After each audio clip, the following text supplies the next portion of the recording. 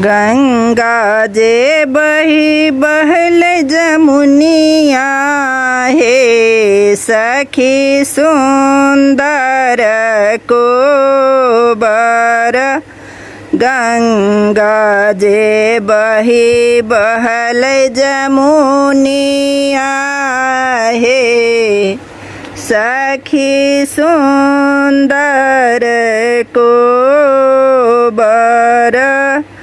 बीच में बहै छथि सरजुग धार हे सखी सुंदर को बर।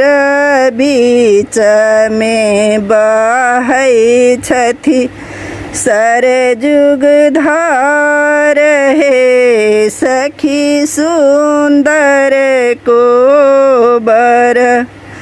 ताही पैसी अपन सासु पलंगा ओछाओलनी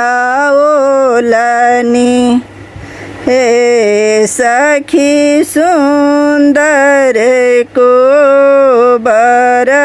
ताही पैसी अपन सासु पलंगा ओछाओलनी हे सखी सुंदर को बर। खोइछा भरी भरी फूल छिरियाल हे सखी सुंदर को बर। खोइछा भरी भरी फूल छिरियाल हे सखी सुंदर को बर। ताही पैसी सुतलनी दुल्हा से रामचंद्र दुल्हा संग लागी सिया सुकुमारी हे। ताही पैसी सुतलनी दुल्हा से रामचंद्र दुल्हा संग लागी सिया सुकुमारी हे। गोरी सुतु फिरी सुतु राजा जी के बेटिया आहूँ देह गरमिया पार हे।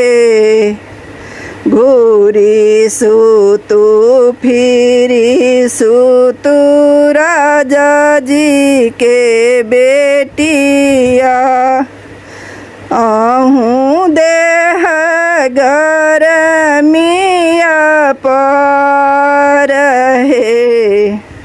एता बाबा चन जब सुनलनी सुहबे को बरस भये गेली बहार हे।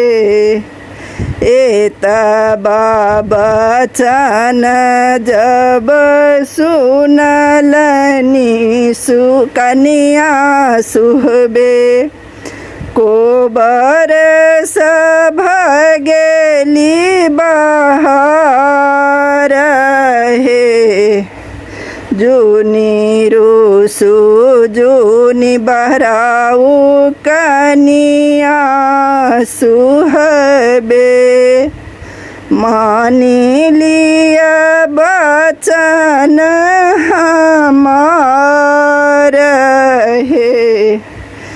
जूनी रूसु जूनी बहराऊ कनिया सुहबे मानी लिया बचन रहे।